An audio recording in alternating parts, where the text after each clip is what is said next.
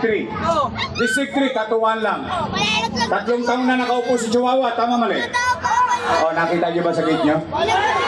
Wait, hindi niyo nakita? Exactly. Exactly.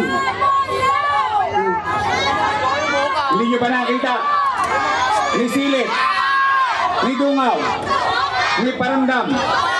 O hindi ako magkakamali, si Apple niya ito gawin natin congressman.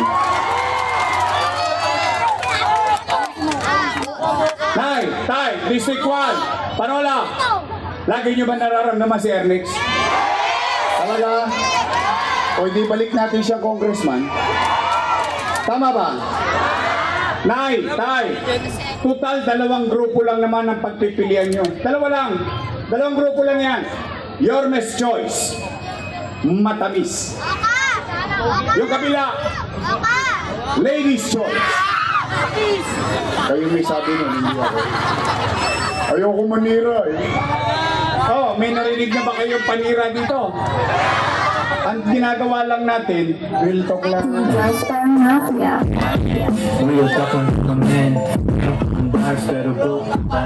Oh, Tay, pwede ba? Ito, kidding aside. Pwera biro. Gusto nyo bang bumalik ang gobyernong mabilis kumilos? Gusto nyo? Kailangan ko sila. Yun ang katotohanan. At least ako, nagtatapat ako ng kailangan ko.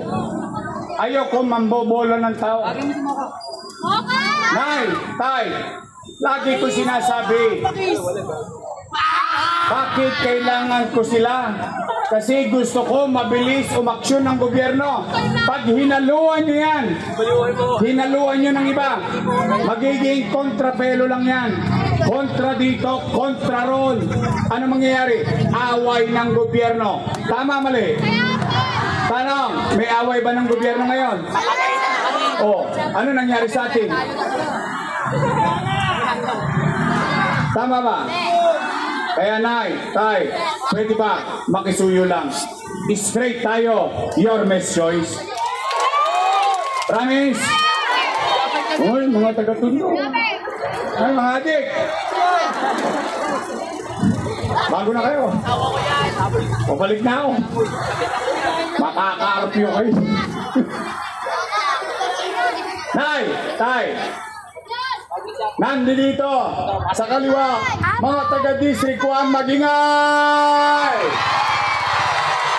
Doktora Irma Alfonso, Jesus Agapardo, Eric Ianyeba, Bobby Hernandez,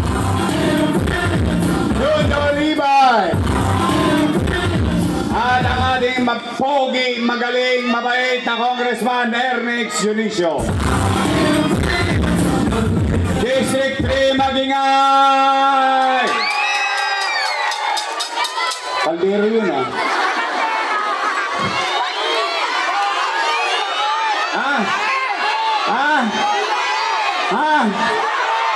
May nakalimutan ako sa District 1? Hindi nga. Parang kamukha ko yun Sino mas... Ay, bago kayo sumagot. Mga nanay ko, ako pipirma ng pensyon.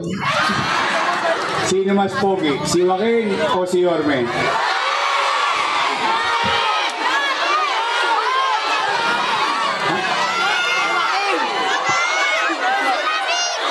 Alawan sa UDN. Oy, sa totoo lang hindi ko na nga binanggit Ito bago ko pakilala tong susunod. Ito real talk. Oh, first time nagkaroon ng allowance ang UDN. Tama, mali? PLM, K-12, PWD, solo parent, Lahat yun ng panahon ko, pati senior citizen, sa buong buhay nila, ngayon lang sila nagkaalawan sa lungsod ng Maynila. Tama naman. Tama ba? Oh, kaya, tapos na yung 5. Kailan ba ibobotong ko siya? Pinabili na suka na namin. Ay! District 1! Naalala nyo? Ganyan-ganyan nyo ako binoto nung araw. Oh! 23 anyos ako nung makuha nyo. Sariwang-sariwa pa ako nun. Naalala ko nun, yung sunog sa Riles. Vice Mayor ako nun. Hindi ko makakalimutan yun. Si-share ko lang sa inyo experience ko sa inyo kung gaano ko kayo kamahal. Nagkasunog sa District 3. Gabi. Ang laki. Ang laki-laki. Nasa Hong Kong ako. Nag-aaral ako ng traffic management ng port operation sa puerto ng Hong Kong. Nanonood ako nung gabi. Sunog yan, sunog. Kinabukasan, kinansel ko lahat, umuwi ako ng Pilipinas. Bulog kita dyan eh. Ay di nagpunta ako. Mananghali akong dumating. Akalain mo mananghali, nasusunog naman yung District 1. Naalala niyo doon sa Riles? Bakit ko ikinukwento sa inyo? Sa Parola ako pinanganak. Lumaki. Nag-aral. Muntik na rin ako mamatay sa Parola. Bakit? Ipagtanong nyo doon sa Riles. Sa gate na may Riles. Pagtanong nyo doon. Dahil yung mga bumbero ayaw pumasok sa loob dahil nagkagulo nung gabi dito. Ang laki na sunog. So, para maikayat ko yung mga bumbero, ako pumasok sa sunog.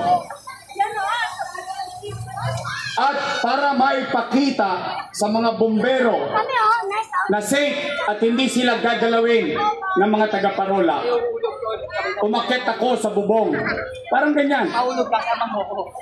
Makyat kami nang sumunod na ang mga bumbero. Madaling salita, imbis na katulad yung sunog sa Tres na pula, mga 100 houses lang. Dito kasi nun, halos 1,000 bahay ang nasunog. So natapos, ito maganda.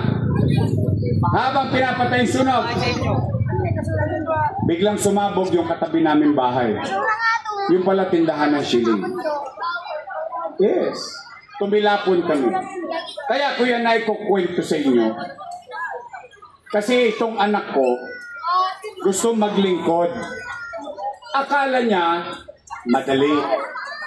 Minsan, dala ng pagmamahal mo sa tao, minsan kahit buhay mo, nalalagay sa alanganin. O ito, total may mga taga-isla. May mga taga-isla ba rito? Ayan. Ito kwentuhan lang, tapos na ho tayo eh. Sinishare ko lang sa inyo. Diyan sa isla, ipagtanong ninyo. Konsyal pa lang ako, vice mayor pa lang ako, mayor na ako. Ako lang ang umiikot dyan na kilalang politiko hanggang dulo. Tama mali? May patay madaling araw. Kaya natutuwa ako sa mga konsyal. Kilataga, yan, pag pumupunta sila sa isla. Bakit? May nangangailangan.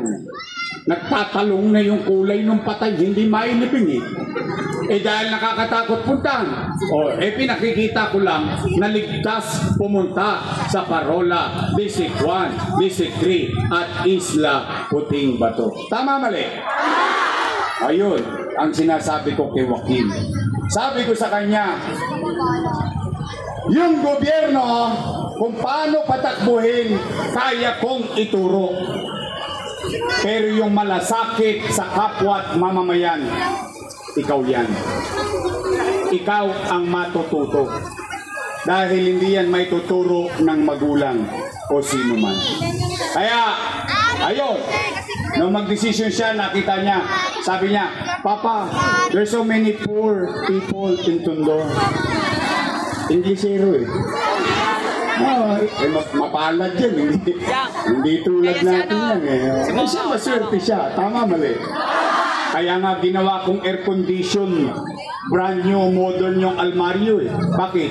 Para yung natikman ng anak ko, matikman din ng mga anak ninyo. Kaya, mga taga-District 1, pag nakaboto na kayo ng 5, pwede nyo bang isingit yung anak ng misis ko? Pwede? Promise? Joaquin Dumagoso. Uy, meron pa pala ron? Shoutout to. Parang gusto mong kumis. Shoutout sa may cellphone na yun, Hindi ko napapansin, Ang taas na nun, Anyway, kumpleto na. Promise? Straight, District 1. District 3. Bong Alvarez. Rolling J.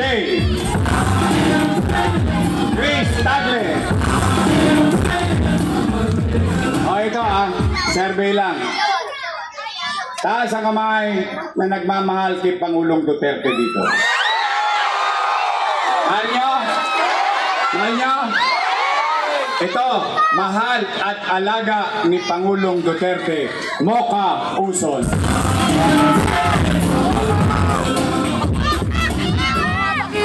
Pag binabanggit nyo yung cookies, Mocha pag-inim!